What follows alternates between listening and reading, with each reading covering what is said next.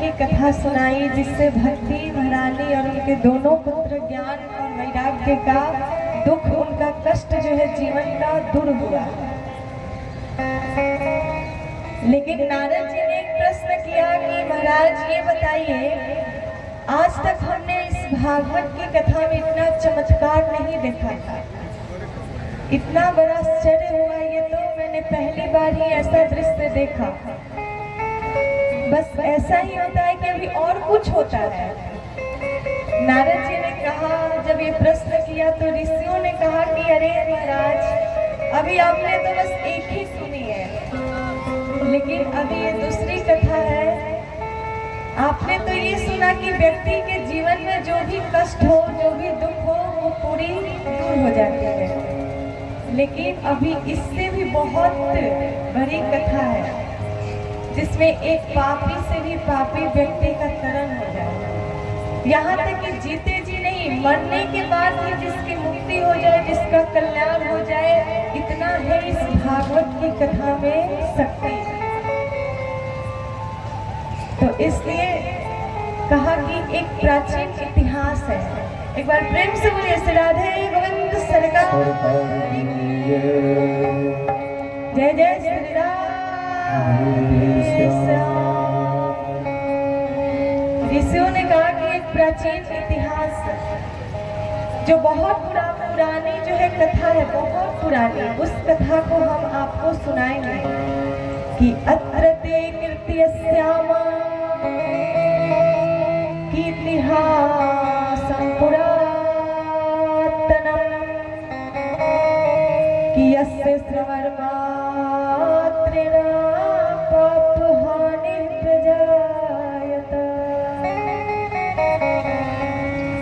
कहा अत्र ते कीर्त्यस्याम इतिहासं पुरातनम्। एक इतिहास है जो बड़ा ही पुरातन यानी कि प्राचीन है।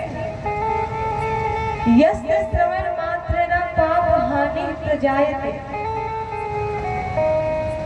कहा कि इसको सुनने से एक पापी व्यक्ति का भी तरण हो गया।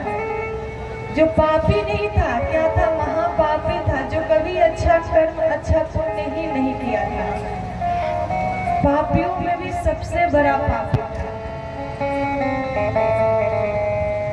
कहा कि एक तुंगभद्रा नदी के तट पर एक आत्मदेव नाम के ब्राह्मण रहा करते थे। ये तुंगभद्रा नदी क्या है? शास्त्र में बताया गया है कि ये तुंगभद्रा जो है एक नदी है, लेकिन ये नदी बहने वाली नदी नहीं है, जल स्वरूप नहीं। ये हमारा ये मानव शरीर जो है, ये मानव काया है जो है, यही नदी है। ये तुंगभद्रा यानी कि तुंग मतलब होता है शरीर, काया, और भद्र मतलब होता है कल्याण करने वाला। जिस शरीर से हमारा कल्याण हो वही है एक प्रकार का ये नदी, यानी कि मानव काया ही ये नदी है, जहाँ एक आत्मदेव नाम का जीव रहता है।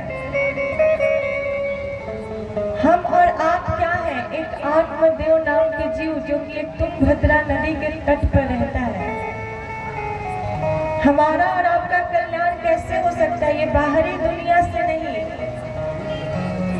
एक बात बताएं, आप लोग कथा में बैठे हुए हैं, इस सत्संग में बैठे हुए हैं, आप लोग कथा सुन रहे हैं, लेकिन कथा सुनने से तो कहते हैं कि कुछ नहीं होगा, पर हम कथा सुन लिए, एक कान से सुने, दूसरे कान से निकाल दिए, घर पे गए तो बिल्कुल पहले की तरह हो गए। यहाँ पे बैठे तो बहुत अंदर से ज्ञान आया कि ऐसा करना चाहिए, ऐसा नहीं करना चाहिए। एक से एक शिक्षा मिला, ज्ञान मिला, भगवान की भक्ति भी आई, प्रेम भी आया। पर जैसे ही घर गए, जैसे ही ये बाहरी दुनिया में चक्कर लगाए, तब तक सब कुछ भूल गए, बिल्कुल पहले की तरह हो गए, बिल्कुल इस दुनिया में, संसार में हम खो गए। ये ऐसे हमारा कल्याण नहीं हो सकता है। भागवत की कथा कहती है कि भागवत सुनो, पर जब तक उसको हर समय, हर टाइम उसका मनन चिंतन नहीं करोगे और उसका पालन नहीं करोगे, अपने उतारोगे नहीं तब तक हमारा कल्याण नहीं हो सकता। हम आपको सुना रहे हैं, चलो अच्छी बात है, लेकिन जब तक आप अपना खुद से कल्याण नहीं कर पाएंगे तब से नहीं हो पाएगा। इसलिए ये शरीर ही हमारा है जिसमें हम अपना खुद से स्वयं ही अपना कल्याण कर सकते हैं। इसलिए मानव काया ऐसी है कि बताया कि ये मानो ये शरीर जो है, ये काया जो है, ये क्षण भंगुर की है कि क्षण भंगुर जीवन की कलिका कल प्रात पुजाने खिली न हिमल्याचल की सोची शीतल मंद सुगंध समीर मिले न मिली कि कलिकाल कुठार लिए है खरा कि तन नम्र से चोट झिली न झिली। और इसीलिए बताया गया कि जप ले हरि नाम हरि रसना फिर अंत समय में हिले न हिले।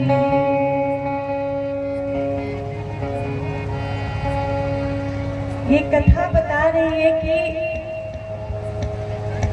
केवल हम अपना कल्याण जो है खुद कर सकते हैं।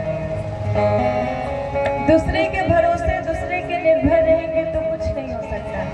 इसलिए आप लोग कथा में बैठे हैं, कथा को सुन रहे हैं, तो इसको अपने जीवन में उतारिए। क्योंकि कथा में कथा के पंडाल में तो एक कुत्ता भी आकर कथा को सुन सकता है, यहाँ पे बैठ जाए उसके कानों में भी ये आवाज जाएगी। लेकिन जितना मनुष्य अपना कल्याण कर सकता है, जितना मनुष्य के पास ज्ञान होता है, उतना किसी जानवर पशु पक्षी के पास नहीं होता है। खाना पीना सोना टहलना सब लोग कर सकते हैं, एक मानव भी कर सकता है, हम और आप भी कर सकते हैं, एक पशु भी कर सकता है, पर भक्ति जो है पशु नहीं कर सकता है, जानवर नहीं कर सकता है, हम और आप ही कर सकते हैं। इसीलिए तो हमेशा ये उपमा दी जाती है कि जो भी व्यक्ति इस संसार में, इस दुनिया में, इस धरती पर रहते हुए, विचरण करते हुए भगवान का सत्संग नहीं करता, अपने मुख से भगवान का कभी नाम नहीं लेता, भगवान की कथा नहीं सुनता है, वो हमेशा एक इस धरती पर विचरण करने वाले पशु के समान ही है। इसलिए हमेशा ये उपमा दी जाती है। क्योंकि पशु जो होते हैं महाराज, जो जानवर होते हैं, कहा गया है कि इस धरती पे वो घूमते हैं, फिरते हैं,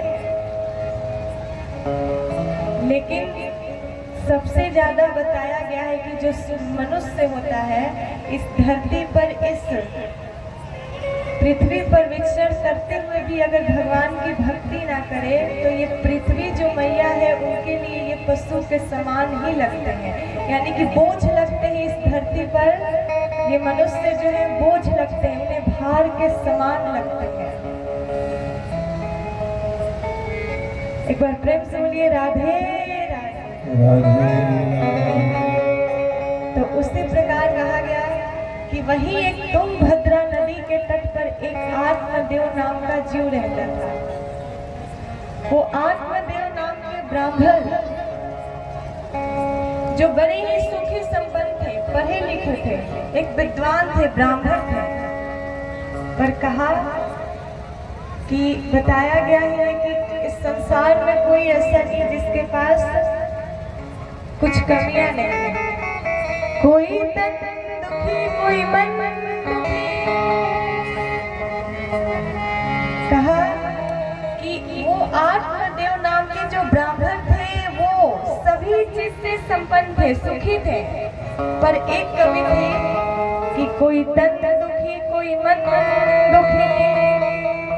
कोई धन बिनु रहत उदास, कि थोड़े थोड़े सब दुखी, पर सुखी राम के दास।